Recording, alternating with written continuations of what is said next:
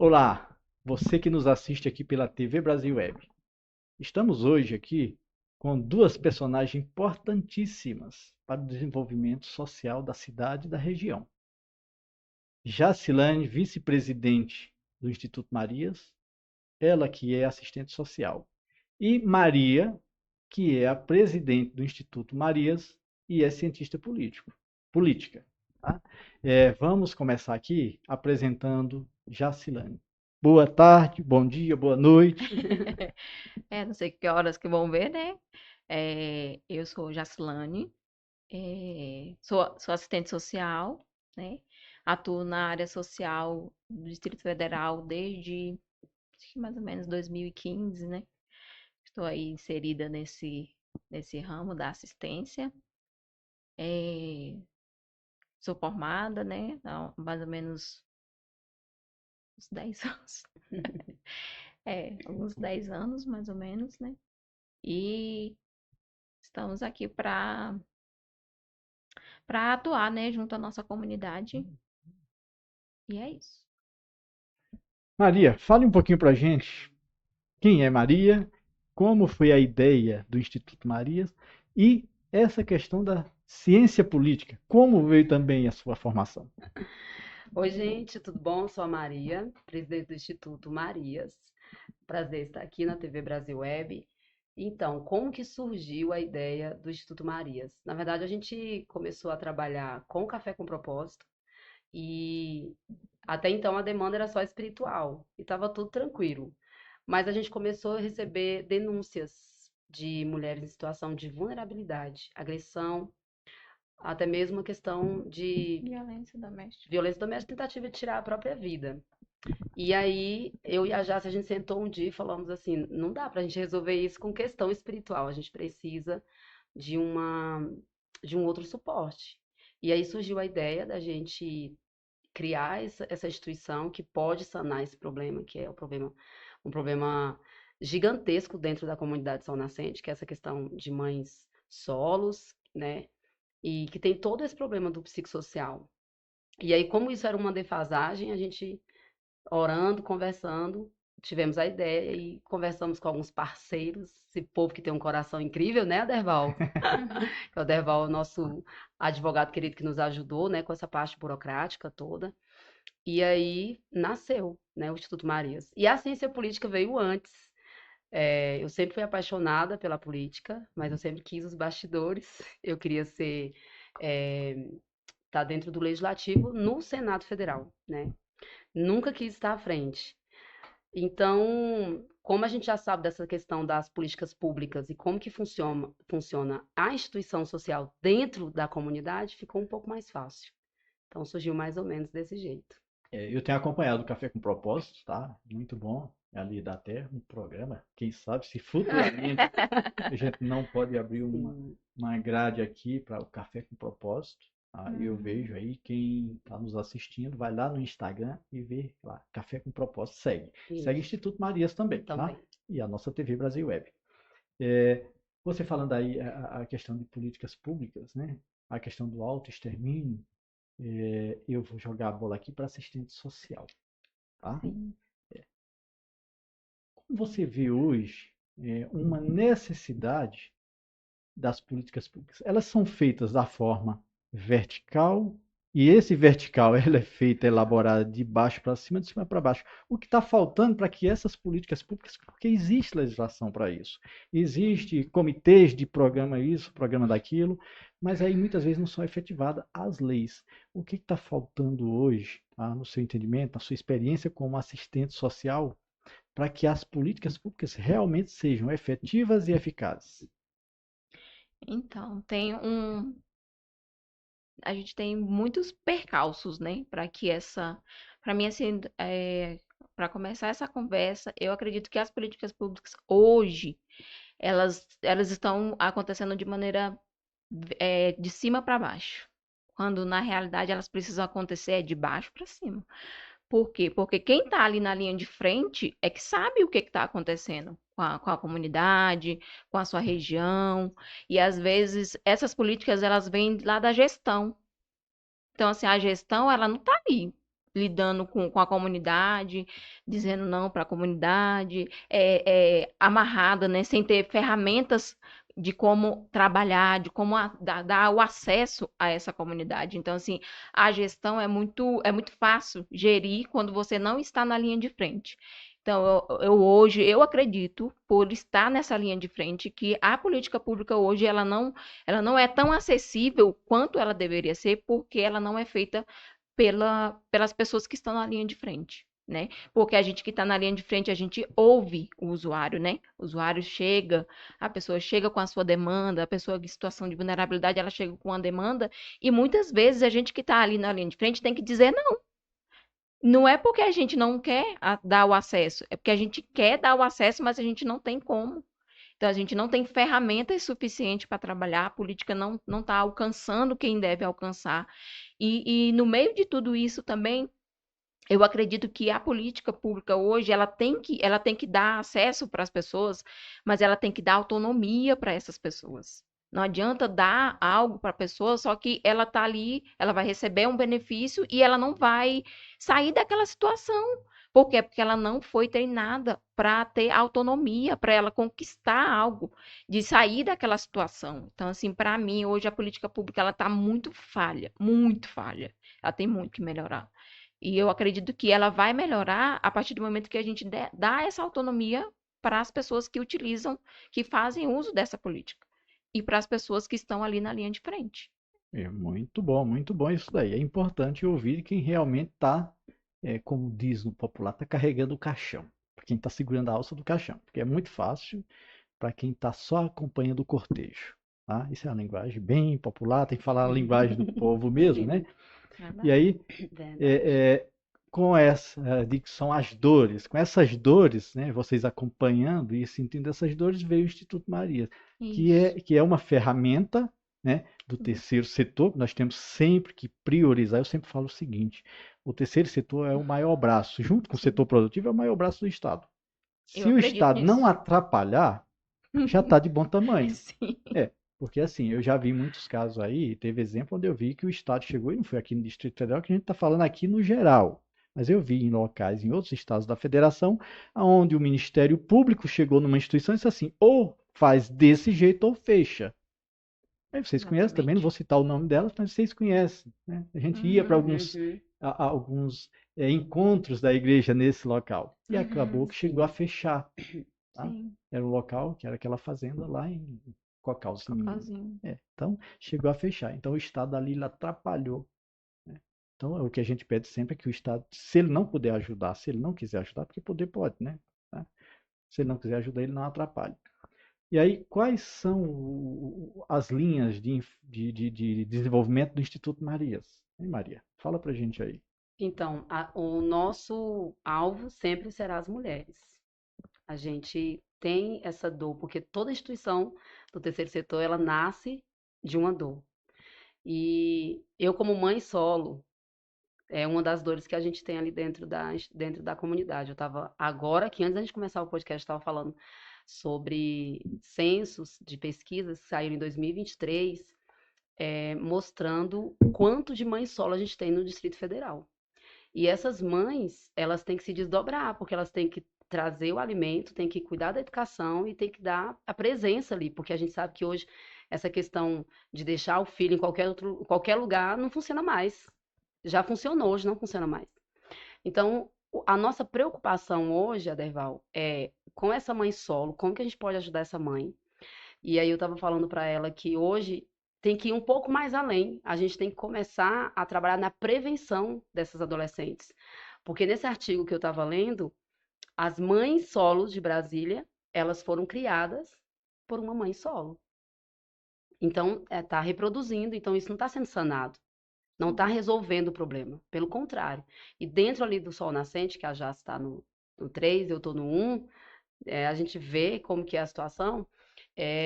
A gente tem essa preocupação com essas mães e a questão do atendimento psicossocial, do psicológico, que eu acho que isso é uma coisa padrão. Todas as pessoas precisam de acompanhamento psicológico, mas é muito caro. E o nosso Sim, não sistema tem de saúde, acesso. ele não comporta, como não comporta muita coisa, não está comportando nem o básico ultimamente, né? Sim. Então, essas mulheres, elas estão saturadas psicologicamente. E muitas vezes elas não sabem o que fazer diante de situações mesmo, de situação de alimento, de não saber como que vai resolver o problema do filho. E elas também precisam se cuidar. Então, a nossa maior preocupação hoje, o nosso carro-chefe do Instituto Marias é um atendimento psicológico. E você falando disso aí me veio aqui a cabeça que aí vai abrindo as janelas, né? Quando você fala das mães, olha só, a mãe ela tem que cuidar do sustento da casa, da educação dos filhos, tá? E da casa no geral, né? E o trabalho que certamente ela tem. E ainda tem um grande problema aí, é porque a escola, em alguns locais, não tem escola próxima. Hoje uma pessoa estava me procurando, dizendo, olha, meus filhos são três, um está numa escola X e dois na outra. E aí tem uma lei, né, que diz que tem que estar todo mundo junto e próximo de Uhum. casa. E aí eu direcionei ele para onde? Para o Conselho Tutelar. Eu falei, olha, a lei existe. E fui explicar para ele. Agora tem que ver o caso a caso para analisar, porque eu também não posso te garantir um direito tirando o direito de outro. E aí eu falei, quem Sim, vai resolver isso aqui é o Conselho Tutelar, porque se essa criança que está sozinha numa outra escola, e aí você deixar, ela está matriculada, você deixar de levá-la, o conselho vai te procurar. Então procura antes o conselho e explica por que não vai explica. ter a criança lá para ver o que pode estar sendo feito. Então assim, existe a lei, tá?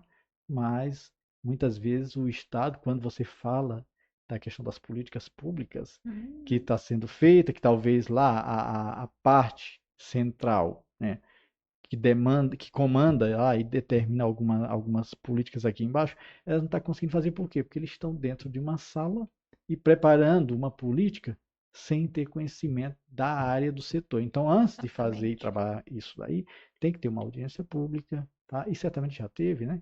Mas tem que ter um olhar de quem realmente está lá dentro, quem tem a convivência, quem está atuando na ponta. Porque aí eu trago para o setor Exatamente. privado, eu não vou nem para o setor público. Eu sempre defendi o setor privado onde eu passei. Eu fui gestor de empresas de grande porte. Eu já fui gestor de empresas de grande porte, onde eu defendia mais o menor funcionário do que os que estavam próximos de mim. Porque o menor é o maior, tá? Uma empresa aí que tem aí, vamos lá, 100 funcionários. Desses 100, 5 ou 10 está mais próximo da gestão. Esse daí já é tão próximo. Se eu não cuidar desses 80 que está lá na ponta, quem vai pagar o pato sou eu, empresa, tá? E o consumidor. No caso do Estado, o próprio Estado, o gestor, vai pagar esse preço. E a população. Quem está no meio ali, nem tanto porque ele está de passagem. A pessoa ele não é secretário disso ou daquilo, ele está. Né? Sim. Já você não, você é funcionária pública. Você não está funcionária pública. Então, assim, você tem um compromisso ali com o Estado. Você não está lá de passagem. Você pode até estar num cargo de confiança, mas você está ali dentro daquela estrutura do Estado que você fez um concurso, passou, e aí você tem esse outro olhar. E aí também não basta só fazer o concurso e passar, né? Inclusive, eu acho que essa questão de estar próximo à comunidade ou próximo à realidade é uma coisa que agora trazendo para a política, né? Vou botar um pouquinho de polêmica aqui no podcast. Vamos lá. Trazendo para a política, eu acho que isso também serve para os nossos representantes, porque a Ceilândia, Deval, está passando da hora de trazer alguém de dentro. Pessoas que realmente sintam as dores da Ceilândia, que não vão sair daqui, mas vão permanecer aqui, porque as pessoas que vivem aqui é que sabem a necessidade que tem, é que sabe o que precisa, é como que é a nossa educação, é o grau que precisa ser instruído, como que está a nossa saúde, como que está a questão das drogas, o que está sendo feito, qual a política pública está sendo aplicada para esses jovens. Já tem muito tempo que eu não ouço ninguém falar disso. Nossa, e cultura. Já tem muito tempo. Por que que a cultura aqui ela não é uma coisa tão fomentada? Você faz exatamente, você tocou num ponto crucial. Entendeu? Então eu acredito assim que o ceilandense precisa começar a parar de acreditar. Eu vi uma reportagem outro dia que eu vejo muitas reportagens sobre a nossa cidade. E eu vi uma reportagem de um suposto que quer ser candidato, que ele está mudando para a Ceilândia ou mudando para o Sol Nascente, porque agora, perto, quase que menos de 2 anos, ele quer ter contato com a comunidade. Essa pessoa não vai saber o que a comunidade precisa. E eu duvido muito que ela vai ficar ali na porta: oi, tudo bom? Qual é a demanda? O que precisa, né, para ser feito, para melhorar? Então, eu acho, gente, que nós temos que começar a olhar e ver as lideranças que nós temos aqui dentro. Pessoas que a gente sempre pede socorro, E aí, fulano, ciclano, né? Para começar a trazer uma personalidade pública de Ceilândia, para a gente mudar, porque se a pessoa vem do Lago Sul, ela vai saber o que precisa aqui. As pessoas que moram no Lago Sul, elas não sabem como que o ceilandense sobrevive. Agora eu tô falando do CLT, porque a gente tem um empresariado muito forte aqui. Mas como que, fora o CLT, como que essas pessoas, essas mães que vivem de auxílio, não acredito que elas sobrevivem. São pessoas que acham que a gente é. Não é possível que essas pessoas sobrevivem dessa forma. Então, a gente precisa começar a olhar para a Ceilândia como o maior colégio eleitoral, que a gente não precisa, né, de outras RAs para eleger uma pessoa. Se a gente tiver um partido menor, melhor ainda. E também quebrar essa questão de é, políticos de estimação, onde, ai, porque o Aderval fez isso, então eu vou votar em quem o Aderval falou que eu tenho que votar.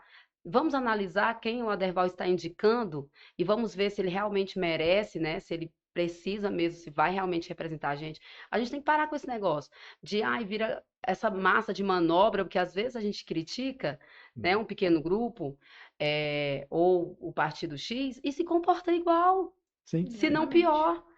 Entendeu? Porque não pode trazer para o debate um político tal, não pode ser contra, né, uma fala, não pode fazer uma crítica. De vez em quando eu trago isso para o meu Instagram ainda, falando, gente, a gente precisa olhar. Uma das coisas que eu tenho visto dentro da política brasileira, os nossos políticos são muito despreparados. A gente vê político que é muito bom influência, mas que não tem conversa dentro do parlamento, não articula, não resolve, sabe? Não faz o trabalho do político, que é o que a gente está acostumado a ver, né? Desde a época lá atrás, eu vou até falar, desde a época do Sarney, que são políticos que sabem fazer política, ainda que você não E concorde com tá a forma de até hoje política. ainda na articulação. Então você olha para um político e fala assim: ah, ele é um mau político. Não. Pode ser que você não concorde com a forma dele fazer política, mas ele sabe fazer. E é o que a gente não está tendo hoje. Os políticos não fazem política. Eles não articulam, eles não usam da sua posição de político, de deputado, para falar, não usam no parlamento, não usam das leis. Eles vão para a rede social e eles usam o próprio povo para poder gerar uma pressão para que a coisa venha e aconteça. Então, daí você vê, o problema é muito grande. Sim, sim. Aí você falando aí em político de estimação. E eu geralmente eu digo o seguinte, eu usava muito essa expressão, eu não tenho político de estimação.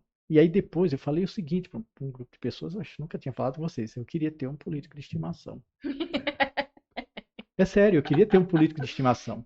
Vocês têm animal em casa? Tenho um pitbull. Ele é de estimação. Ele é de estimação. Ele é seu cachorro de estimação. É. Ele faz o que você manda, não faz? Faz. De vez em quando ele quer teimar, mas não. Sim, mas ele faz. O seu também, não faz o que você Faz. manda? Uhum. Então, o que Sim. tem, e a gente usa esse termo político de estimação, não. O problema é que o político tem eleitor de estimação. É. Boa. E eu tenho falado sempre isso, eu não sou eleitor de estimação de político nenhum. Então, nós temos que ver que a gente não é eleitor de estimação. Acho que a melhor coisa que tinha era você nunca repetir o voto para uma pessoa.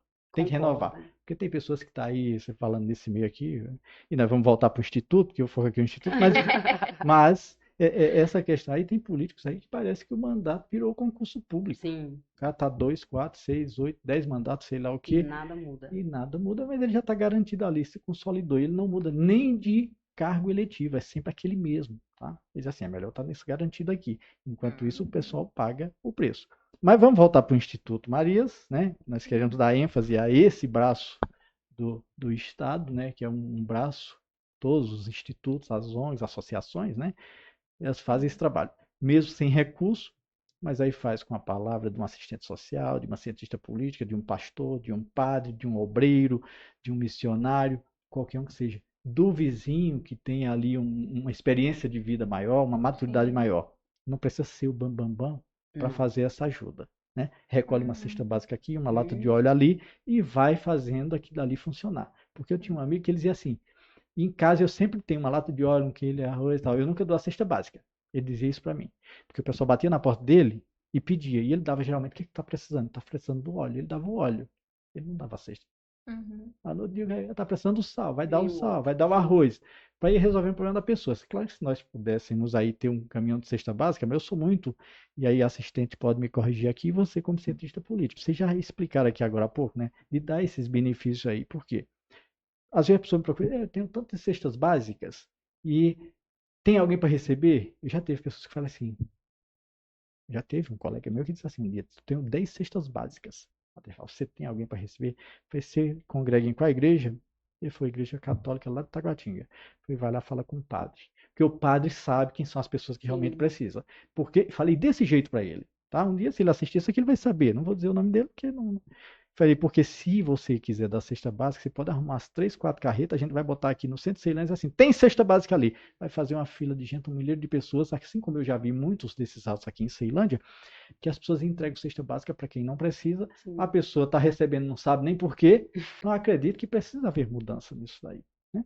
Então, é, é, é, o Instituto Marias, eu creio que tem um papel importante, tá? E vamos estar trabalhando isso daí. Pode contar comigo, tá? No que a gente puder contribuir, pedir parceria e tudo mais, para que possamos estar elevando e dando força, porque é um fortalecendo o outro. A Sim. gente só consegue andar junto se cada um der a mãozinha e segurar. Eu acredito que o terceiro setor ele tem muito a crescer, né? Porém, a gente percebe que dentro do terceiro setor, as pessoas pensam que elas têm que competir. E quando na realidade elas não estão, o terceiro setor não veio aqui para competir. O terceiro setor está aqui para um apoiar o outro. Às vezes a sua instituição ela não atua em uma certa área, mas você conhece alguém que atua naquela área e aí você pode ir lá indicar uma pessoa, falar do atendimento do seu amigo, do seu parceiro. Então, assim, eu vejo o terceiro setor como algo muito forte mesmo. Mas os presidentes, as pessoas que estão à frente do terceiro setor, elas precisam entender que esse é um trabalho coletivo. Não é um trabalho do eu sozinho. Sozinho você não vai alcançar muita coisa, né? Então, assim, eu faço um apelo para o terceiro setor que se junte, que ajude o outro, que ajude aquela instituição que está começando, aquela instituição que não tem tanto acesso, ensine, né? Porque não custa, não está competindo. Que eu acho que o terceiro setor ele veio aqui para acrescentar. Que, na verdade, se a gente trouxer a palavra dignidade, a gente nunca vai, né? A gente nunca vai usar dessas bengalas. Só que assim, Aderval, é tudo muito bonito na teoria, Sim. né? Eu gostaria de não falar de desigualdade social. Eu Ah, gostaria não tem como. de dizer que a mesma informação que chega no setor central de Brasília chega dentro do Sol Nascente. Você sabe que não é assim. Pode até chegar, mas ela chega distorcida. Total.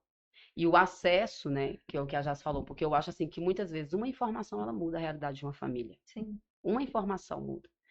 Então, eu queria que tudo isso realmente fosse conspirações, né?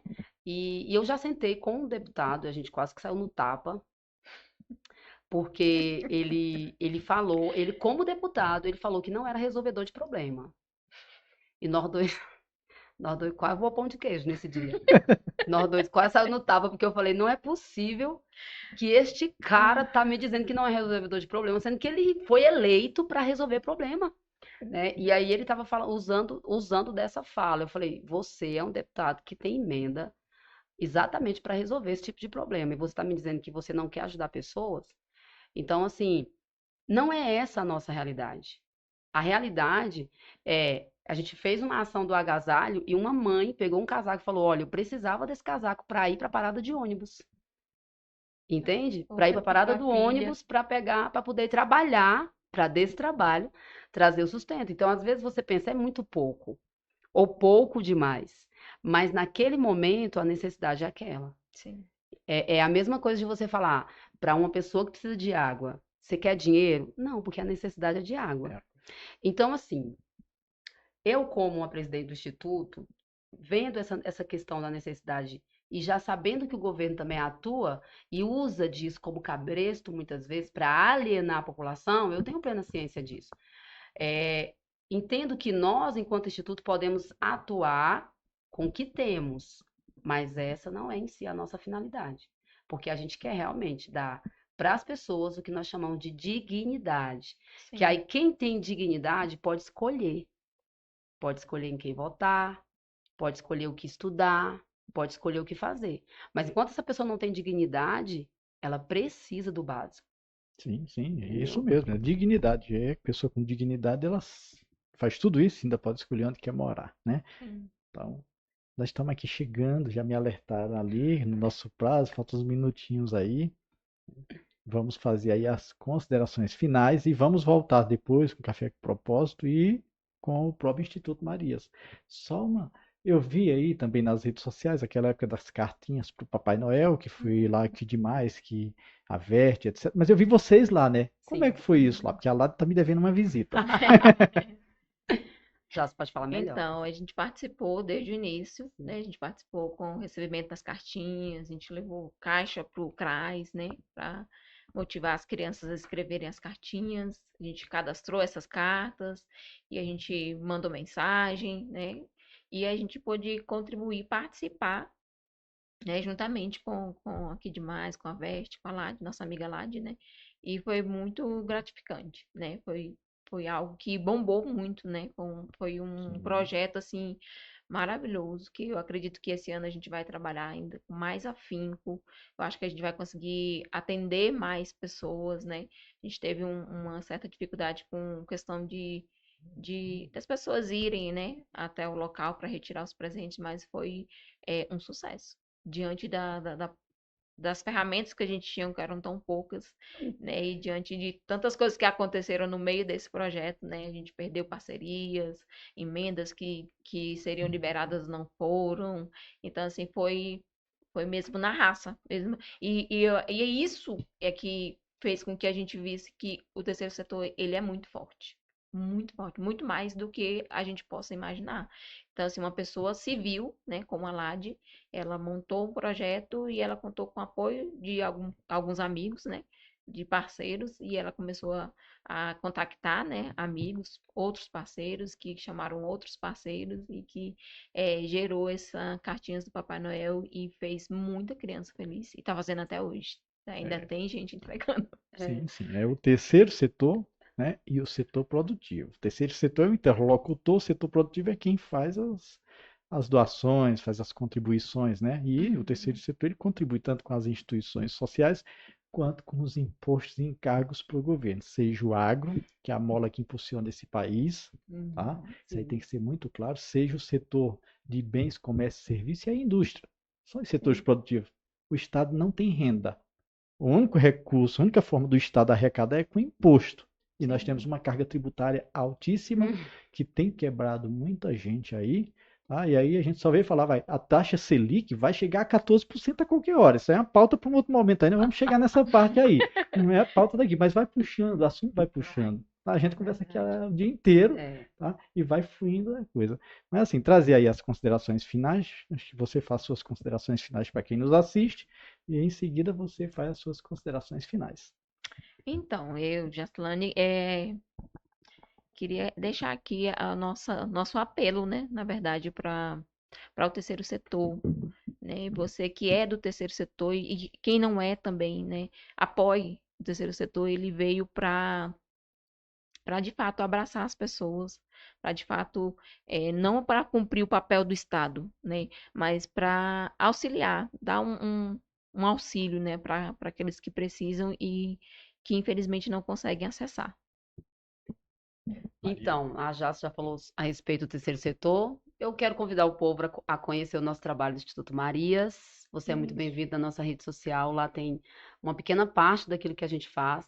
E você pode ser tanto alguém que financia, quanto alguém que se voluntaria de alguma forma para estar ali atuando, que a gente precisa. Todo trabalho é bem-vindo. E eu acho que vale a pena conhecer ali a nossa comunidade, as nossas queridas mães, as famílias que a gente está ali Entende? assistencializando, atendendo. Também queria convidar vocês para conhecer o nosso trabalho do Café com Propósito, que foi onde tudo nasceu, né? A gente fez Exatamente. a gente foi convidado pela Polícia Federal, já tem um tempo, né, Jace, para dar uma palestra a respeito do Café com Propósito e foi emocionante, fizemos algumas conexões. Então, você que não conhece, também siga a página Instituto Marias, Café com Propósito. Você é muito bem-vindo a conhecer o nosso trabalho.